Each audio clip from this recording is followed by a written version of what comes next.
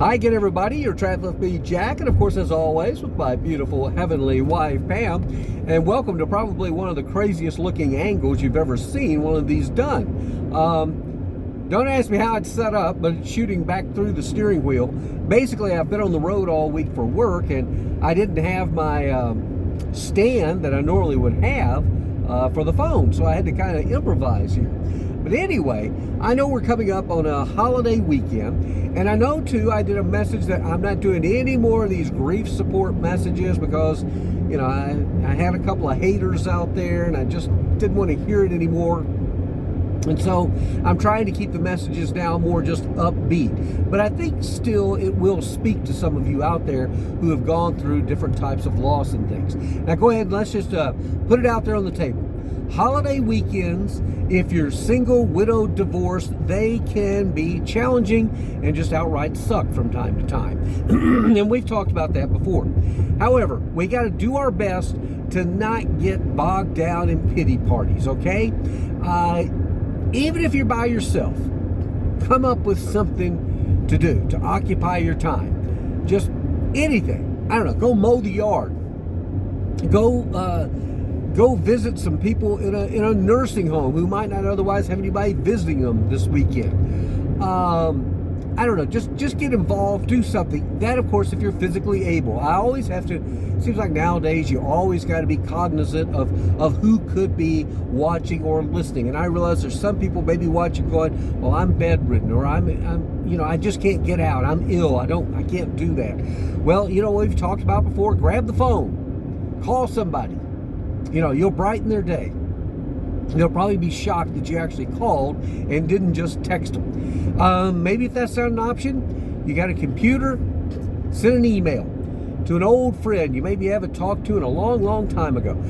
The point being, try and engage yourself as much as possible. So you may be asking, well, what are you doing? You're obviously driving. You've been on the road all week for work. Well, I'm actually going to have some fun this weekend, I think.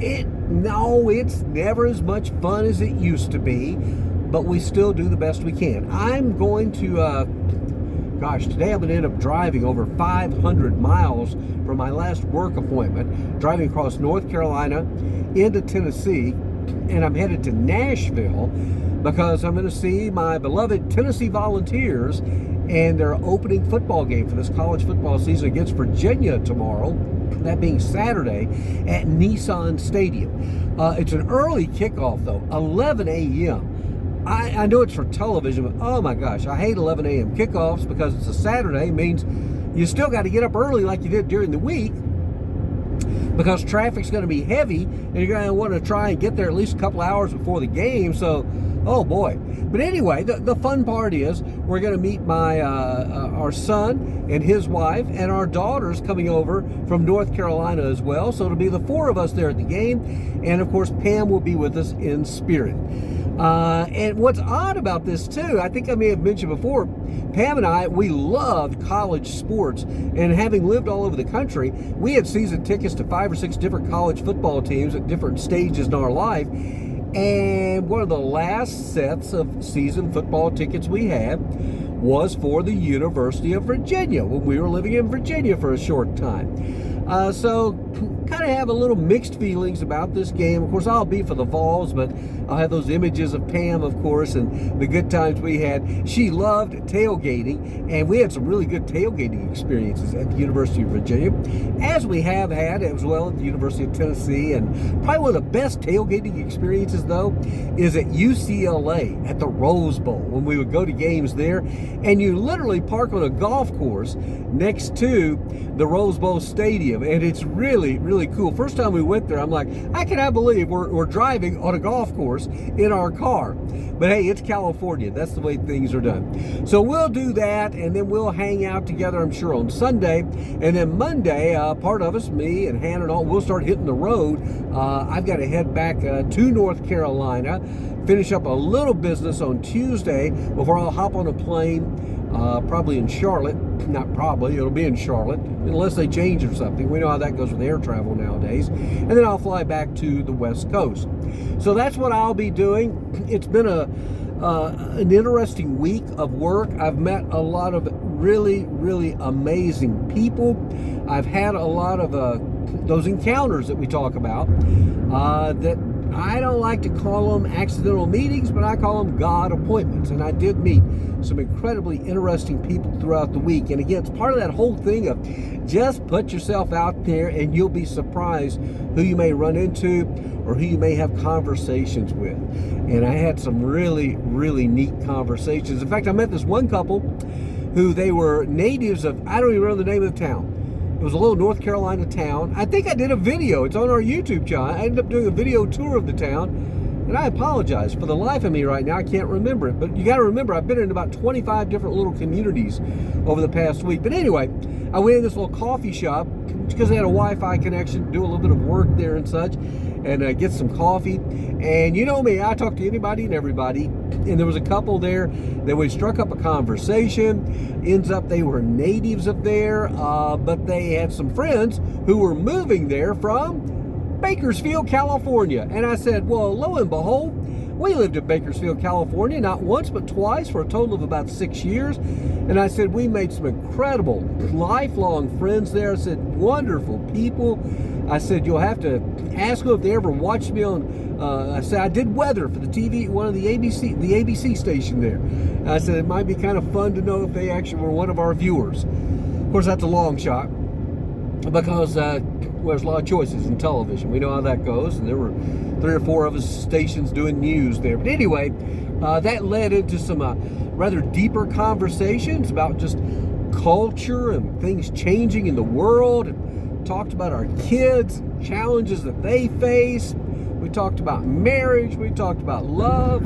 We talked about a lot of things. And these are complete strangers. And we probably ended up talking for about 30, 40 minutes. Then I got to meet the guy who owns the coffee shop, and found out too he owned this other gift shop in the downtown there. A young guy doing great with his life.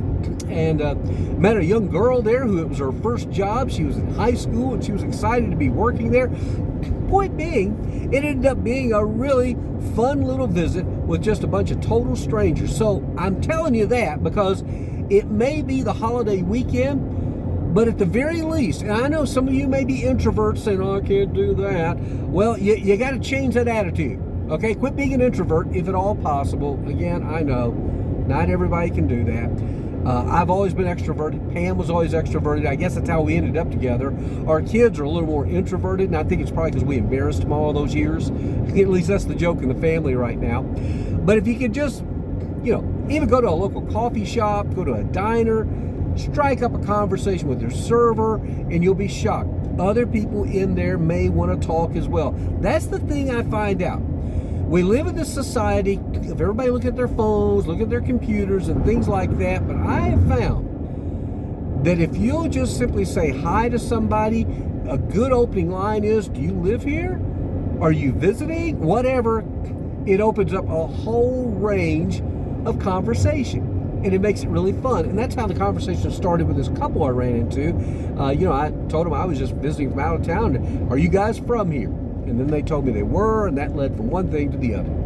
I've rambled a bit. I know it. Why in the world would you tune in to watch me ramble? I don't know. Keep watching, though. Check out some of those other videos on our channel. Check out those travel videos that I do. Check out the food videos, the restaurant reviews, all that stuff. If you still need grief support messages, oh, excuse me. A little tickle in my throat there. My sinus has been going crazy all week here in North Carolina. But anyway, I mentioned how I'm stepping away from doing the deep, sometimes dark grief support messages. But go to the playlist. You guys got to figure out, I have playlists on the channel. One for travel. I have one for food. And then we have one grief support. On that grief support link there, that particular playlist, there's over 100 messages, so I'm sure you can go through there and find something. And don't forget, I'll keep doing some messages there, the deeper messages on the podcast, and it's called Love Letters to Pam, so you can check that out. In the meantime, keep subscribing, share this, thumbs up, you know the drill, and you know what else. Have a great day, better yet, a better tomorrow, and apologize for the weird camera angle, but hopefully you found this somewhat interesting, okay? We'll see you later. Bye now. Bye.